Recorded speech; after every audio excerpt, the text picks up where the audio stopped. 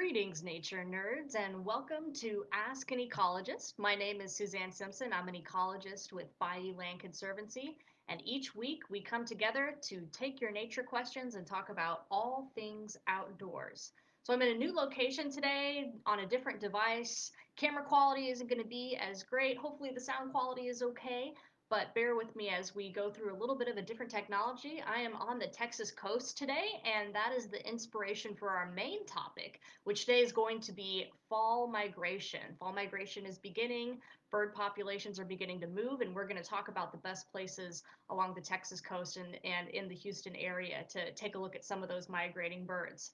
We're going to start though with your questions, and we'll begin with one from CJ Bernard. Now, CJ is one of several people that have sent me a picture of a very large wasp and have asked me, is this a murder hornet and does it sting?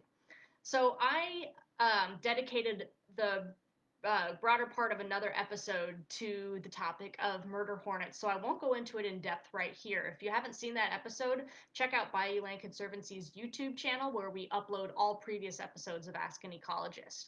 But I will say that everyone who sent me a picture of a giant wasp asking if it's a murder hornet, the answer is no, it's not. Murder hornets aren't something that we really need to be super concerned about here right now. But what they are is a cicada killer wasp. So cicada killer wasps are really large solitary wasps. They can be up to 2 inches long. And that's the easiest way to identify them is by their size. They're much larger than a lot of the other wasps that you'll be used to seeing.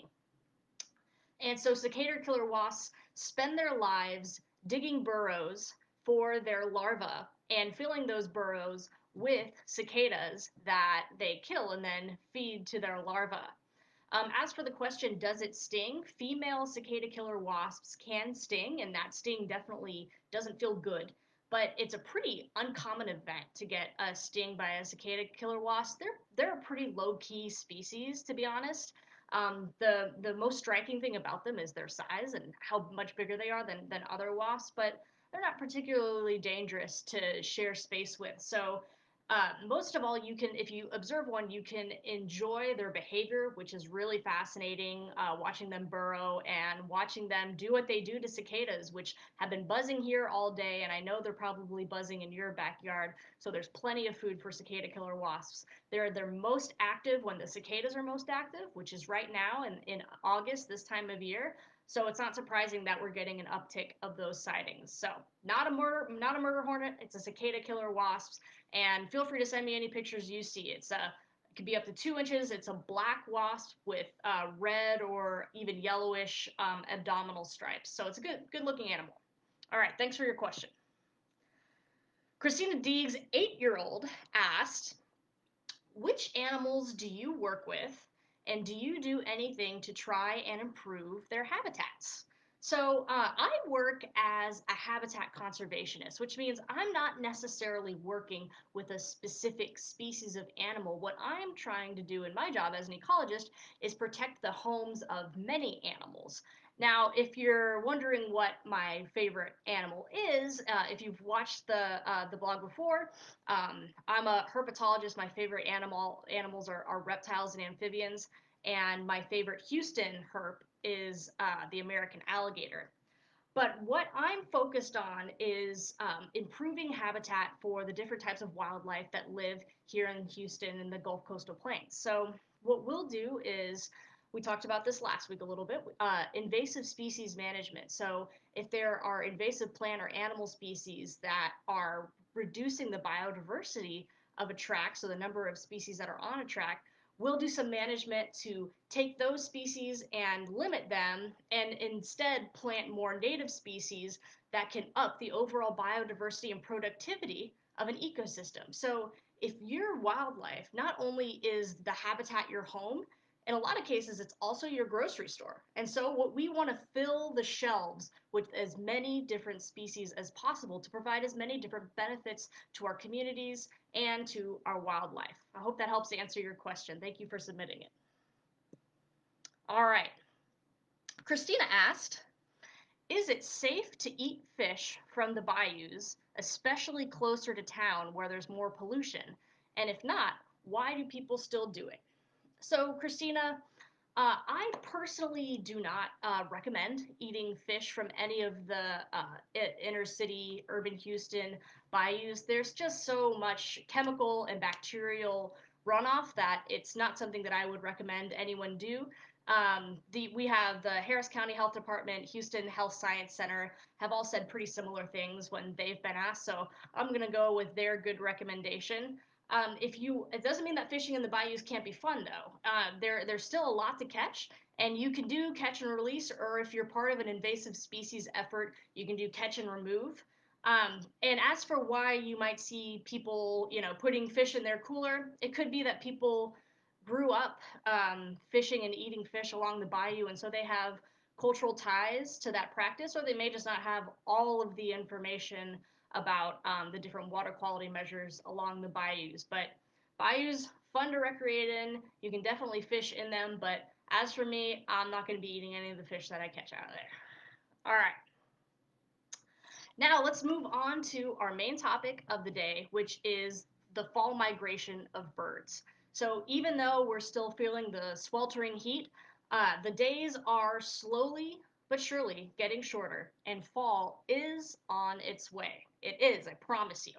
And the birds have taken note and they've begun to make their movements that they do every spring and fall. So I'm on the Texas coast today. I'm around the Galveston area, and this is one of the best places in the entire world that you can go for birding. So I'm going to take you through some of the different times of year that you can see the different birds that are going to be around the Texas coast, especially during fall migration. So as early as July, the beginning of July, that's when you see the very first arrivals of these fall migrant birds.